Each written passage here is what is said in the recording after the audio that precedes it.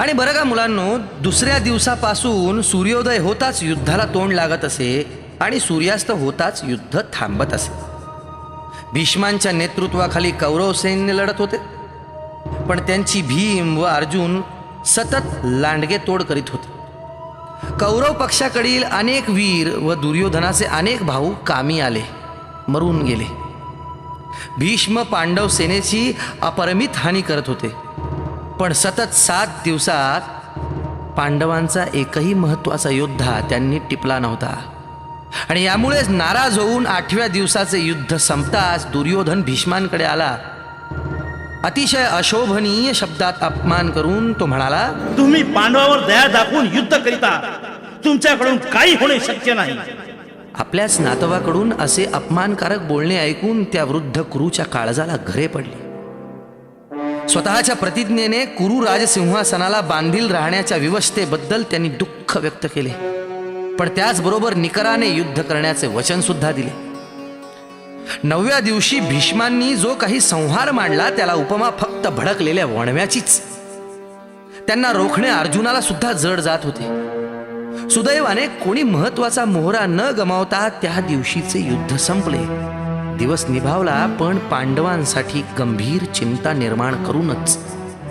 रात्री सर्व सेनापतींच्या सभेत भीष्मांना आवर कसा घालावा याचीच चर्चा होती. यावेळी युधिष्ठिराला युद्धारंभी भीष्मांनी पुन्हा भेटण्याचे संकेत दिल्याचे स्मरण श्रीकृष्णाने करून दिले. त्यांच्या पतनाचा उपाय त्यांनाच विचारण्याचे ठरले. निशस्त्र पांडव कृष्णासह गुप्तपणे भीष्मांना भेटण्यास गेले आणि युधिष्ठिराने विचारले, पितामह, युद्धात आमचा विजय कसा होईल याचा उपाय सांगावा. माझे पतन हीच तुमच्या विजयाची गुरुकिल्ली आहे. शिखंडीला पुढे ठेवून अर्जुनाने माझ्याशी लढावे. शिखंडी मूळची स्त्री असल्याने मी शिखंडीवर शस्त्र चालवणार नाही. माझा प्रतिकार लटका पडेल. या एकाच उपायाने तुम्ही माझे पतन घडवून आणू शकाल. 10व्या दिवशी भीष्मांनी जो काही संहार मांडला त्याला तोडच नव्हती. शिखंडीला अग्रभागी ठेवून पांडवांकडील सर्व प्रमुख योद्धे भीष्मांना घेरण्याचा प्रयत्न करत होते, पण भीष्म मात्र झंझावाताप्रमाणे रणांगणावर घोंगावत राहिले. शिखंडीच्या आडून त्यांच्यावर बाणांची वृष्टी करण्याची संधी अर्जुनाला महत्प्रयासाने मिळाली. वारंवार इशारे देऊन कृष्णाने त्याच्या मनाची तयारी केली होती. अर्जुनाने सारे कौशल्य पूर्ण शक्तीनिशी पणाला लावले होते.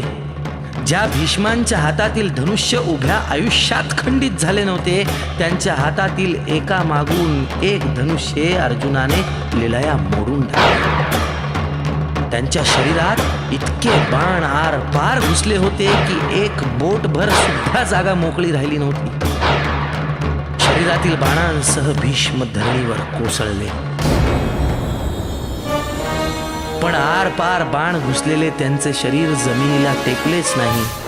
ते बाणांवर आधांतरीच राहिले. भीष्म कोसळताच गांडीव धनुष्य फेकून अर्जुन स्फुंदत आक्रंदत आपल्या पितामहांकडे आला, धावला. त्या महान योद्ध्याचे पतन झाल्याची वार्ता वाऱ्याच्या वेगाने पसरली.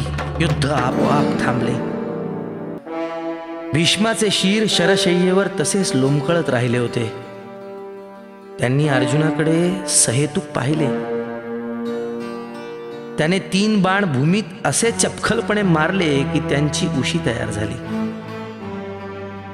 तसेच वारुण्यास्त्राने बाण जमिनीत मारून त्याने पाण्याचा झरा उत्पन्न केला आणि भीष्मांची तहान भागवली. कुशल शस्त्रवैद्यांकडून बाण काढून घेण्यास त्यांनी नकार दिला. सूर्य दक्षिणायनास असल्याने इच्छा मरणाच्या वराचा फायदा घेऊन उत्तरायण सुरू होईपर्यंत प्राण धरून ठेवण्याचे त्यांनी ठरवले.